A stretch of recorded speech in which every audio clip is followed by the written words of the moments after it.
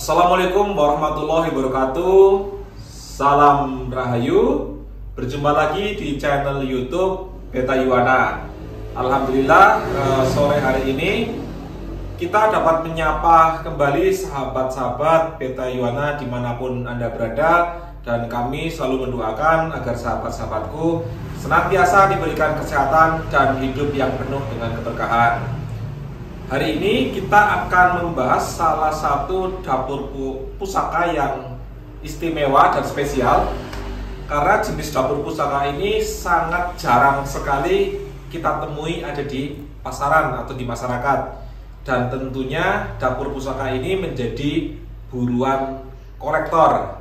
Nah, kebetulan beberapa waktu yang lalu sahabat kita, yaitu Kang Mas Misno ya, itu ngechat kita, WA kepada kita tentang sebuah pusaka berdapur Panimbal atau keris berdapur Panimbal.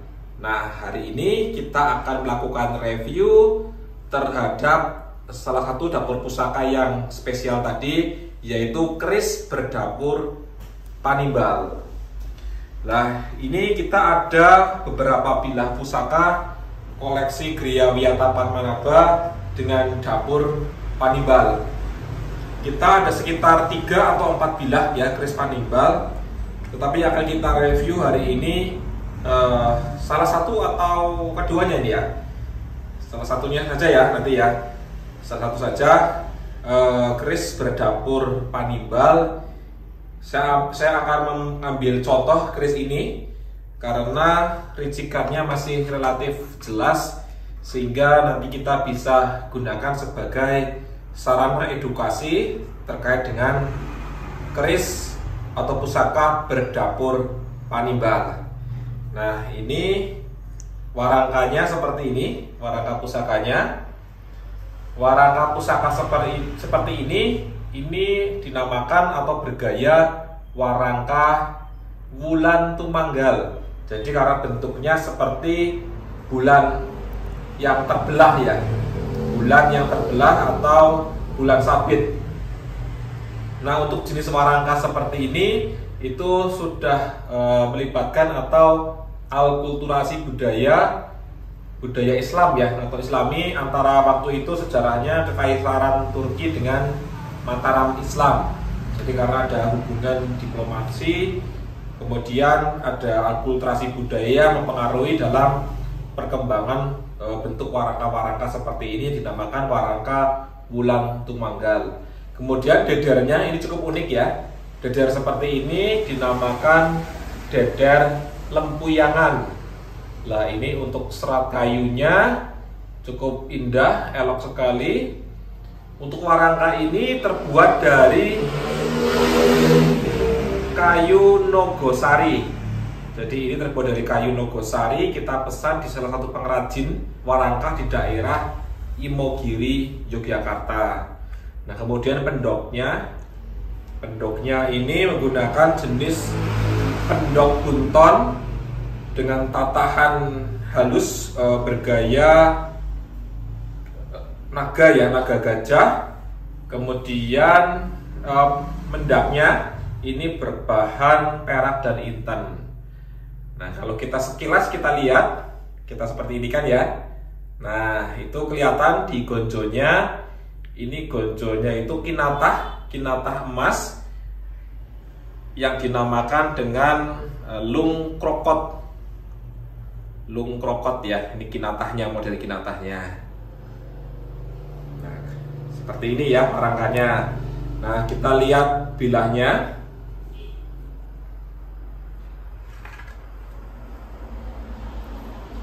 Ini bilah pusakanya keris berdapur Panimbal. Seperti ini. Indah sekali ya. Looknya masih indah untuk dipandang. Looknya elok sekali seperti air yang mengalir ya. Nah, untuk keris berdapur Panimbal ini ciri-cirinya yang utama adalah looknya yang berjumlah 9 ya, 1, 2, 3, 4, 5, 6, 7, 8, 9. Looknya ada 9. kemudian ada lambe gajahnya, kemudian ada sekar kacangnya, kemudian ada sogokannya 2. Ini sogokan ya, garis yang ke atas ada 2. Nah, kemudian yang ini namanya greneng ya, grenengnya. Ini ciri khas keris Panimbal. Kemudian untuk jenis pusaka yang saya pegang ini yaitu pamornya kelengan ya, atau keleng. Pamornya keleng, hitam legam seperti ini. Seperti biasa, karena jarang kepegang sehingga ada sedikit noda atau jamur di bilah pusaka ini. Ini dikarenakan tempat penyimpanannya yang relatif agak lembab. Jadi walaupun di dalam lemari itu perlu sesekali kita cek supaya tidak terjadi istilahnya, ini kan ada yang agak putih-putih nih. Ini namanya jamurnya. Nah, nanti sekaligus kita lakukan perawatan supaya bilahnya kembali bersih, sekaligus nanti kita akan membabar atau menjelaskan terkait dengan filosofi pusaka berdapur Panimbal atau keris Panimbal.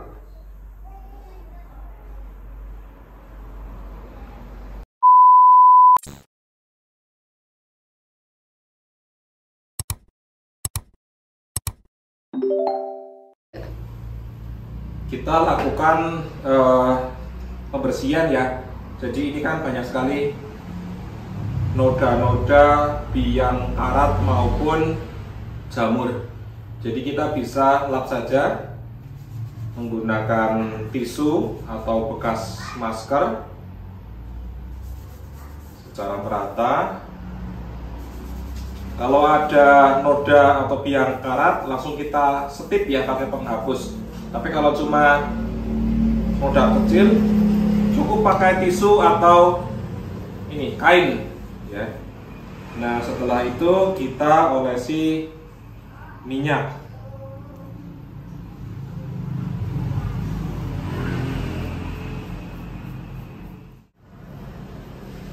Nah, ini kita berikan minyak pusaka ke seluruh bilah. Jadi meminyakinya tipis-tipis saja, jangan berlebihan.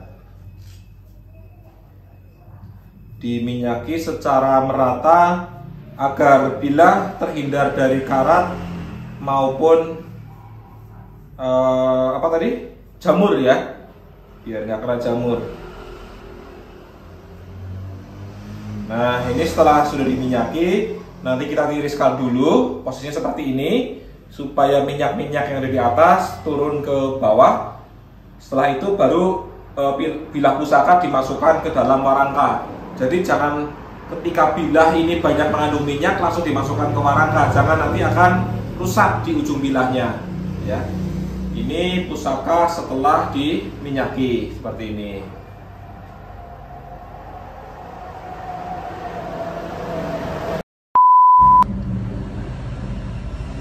Ini keris berdapur Panimbal ya.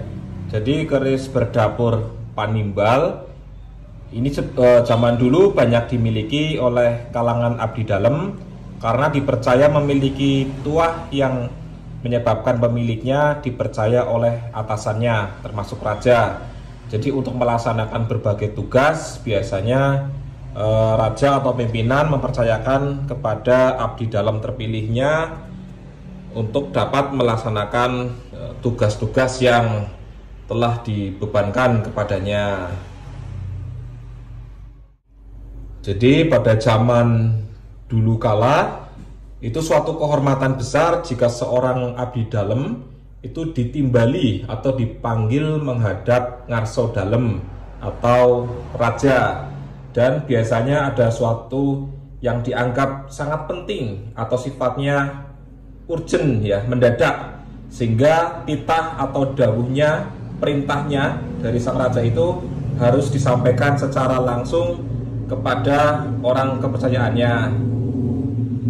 Jadi biasanya zaman dulu hanya orang-orang tertentu saja atau orang-orang terdekat dan kepercayaan dari sang raja, atau istilah sekarang itu istilahnya apa ya, ring satunya ya, ring satu istana yang mendapat kehormatan dan kepercayaan langsung dari seorang raja atau pimpinan dalam mengemban tugas-tugas yang penting. Jadi keris Luk 9 berdapur Panimbal ini sangat langka sekali dapat kita temui di masyarakat karena memang filosofinya yang begitu luhur. Kemudian untuk bilah pusaka ini ada kinatah di bawahnya menggunakan emas dengan kinatah ron krokot ya. Kemudian nah ini juga ada kinatah emasnya untuk memperindah, mempercantik bilah pusaka ini. Keris berdapur Panimbal, kebetulan ini pamornya kelengan ya atau keleng, semakin menambah kesan wibawa dan kemudian kesan pusaka ini memiliki unsur kegagahan, keelokan dan keindahan pada bilahnya. Jadi walaupun kelengan tanpa pamor, sebuah pusaka ini dapat menunjukkan sisi keindahannya tanpa adanya pamor pusaka. Kalau kita perhatikan besinya juga memiliki warna yang berbeda. Jadi ada sisi hitam, kemudian ada sisi abu-abu, menambah semakin cantiknya bilah pusaka Panimbal ini. Ini mohon maaf ya, seperti biasa karena tempat review kita dekat dengan jalan raya ya, seperti ini ya konsekuensinya. Suaranya agak bising. Nah, ini indah sekali. Looknya 9 ya, looknya ada 9. Kemudian ada sokokannya, ada grenengnya, lambe gajahnya dan sekar kacang. Keris berdapur Panimbal.